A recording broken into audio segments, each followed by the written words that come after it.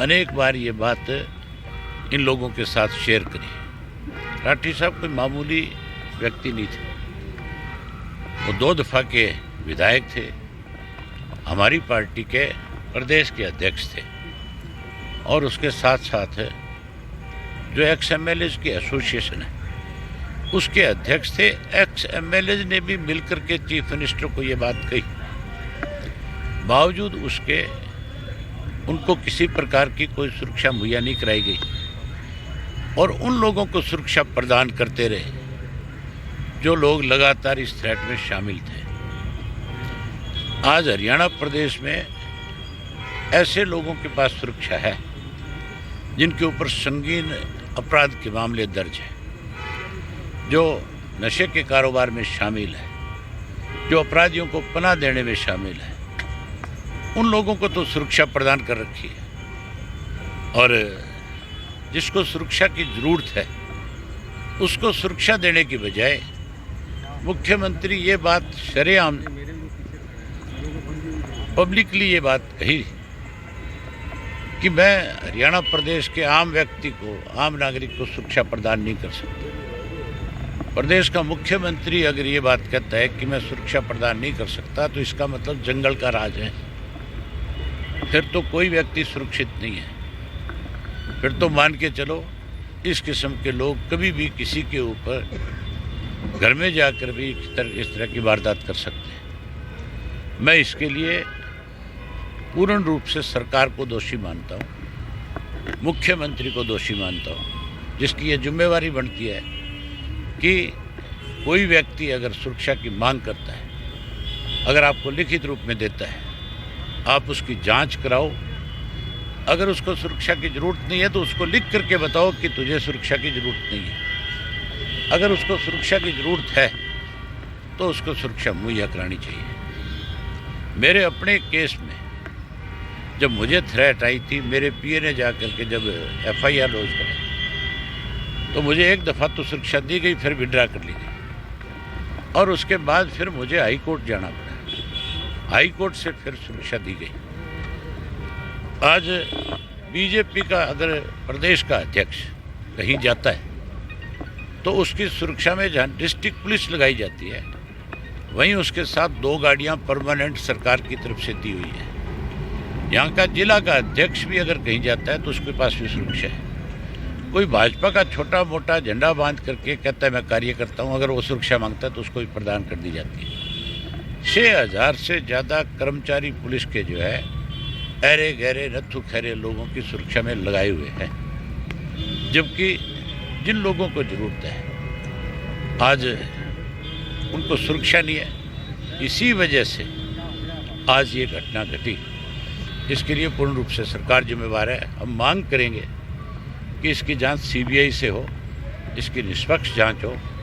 जो लोग दोषी है उनके खिलाफ तो कार्रवाई हो ही हो, उनको तो पकड़ा ही जाए।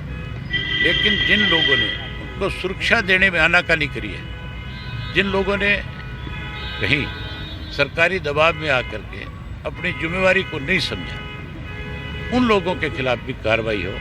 मुझे अभी जानकारी मिली है कि इस मामले को जीआरपी के हवाले करना चाहते हैं। ये कोई रेल का एक्सीडेंट थोड़ा ही है, ये बाकायदा तौर पे हमला हुआ है और हमला करके मारा गया है।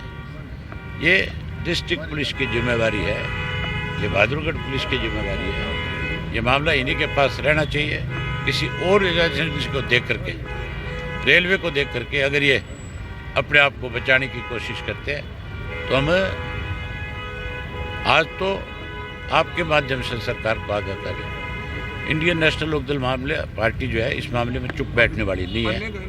हम इसके ऊपर बहुत सख्त एक्शन लेंगे, सरकार को मजबूर कर देंगे कि सरकार जो है इस मामले की जांच सीबीआई को सौंपे। आज ही मैं कहता हूँ मुख्यमंत्री को ये कहना चाहिए, बयान देना चाहिए कि हम इसकी जांच सीबीआई से कराएंगे। अगर कोई आनाकानी करेगा तो फिर हम सख्त एक्शन। अन्य घायलों की हालत कैसी है सर? मैं अन्य घायलों से मिल नहीं पाया, यही है। बाकी लोग वो ठीक है, वो अभी खतरे से बाहर है।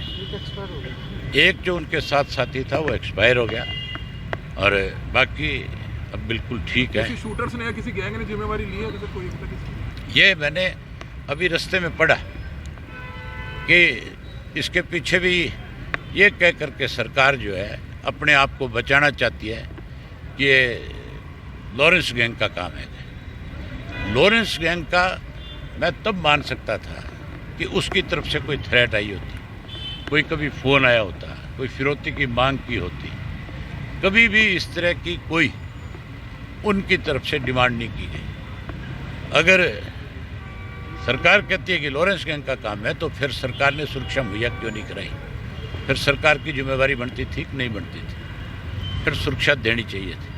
हैरानी की बात है तब सुरक्षा नहीं दी और अब मेरी ख्याल इतनी पुलिस फोर्स खड़ी कर देंगे कि जैसे पता नहीं सरकार कितनी बड़ी जिम्मेवारी अब ये ले रही है कि आगे से ऐसा नहीं होना चाहिए।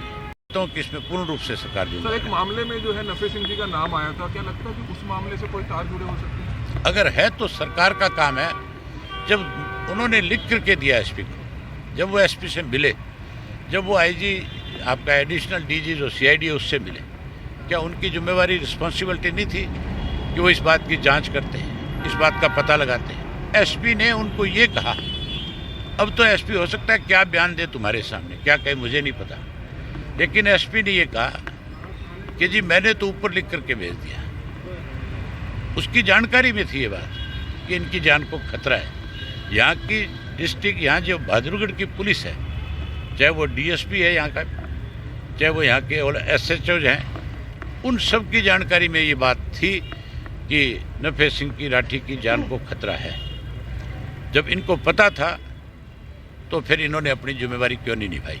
पोस्टमार्टम अभय जी एक हफ्ते पहले भी बताते हैं कि जिला पुलिस से संपर्क किया गया सिक्योरिटी लेने के लिए। बारी बारी ये बात दोहराई गई, बारी बारी कहा गया, लेकिन मान के चलो जब दाल काली होगी, जब नीयत में खोट होगा, अगर मुख्यमंत्री अगर इस मामले को सीरियसली ले लेता, अगर आईजी सीआईडी इसको सीरियसली लेता, तो आज ये वारदात नहीं होती। और ये मान के चलो ये सरकार की ही जिम्मेवारी बनती है कि आम नागरिक की सुरक्षा करे, और नफे सिंह राठी आम नागरिक नहीं था, ये पता है सबको। जिस प्रकार मैंने बता तो दिया आपको, ये बात कोई, ये सारी जिम्मेवारी सरकार। सर आज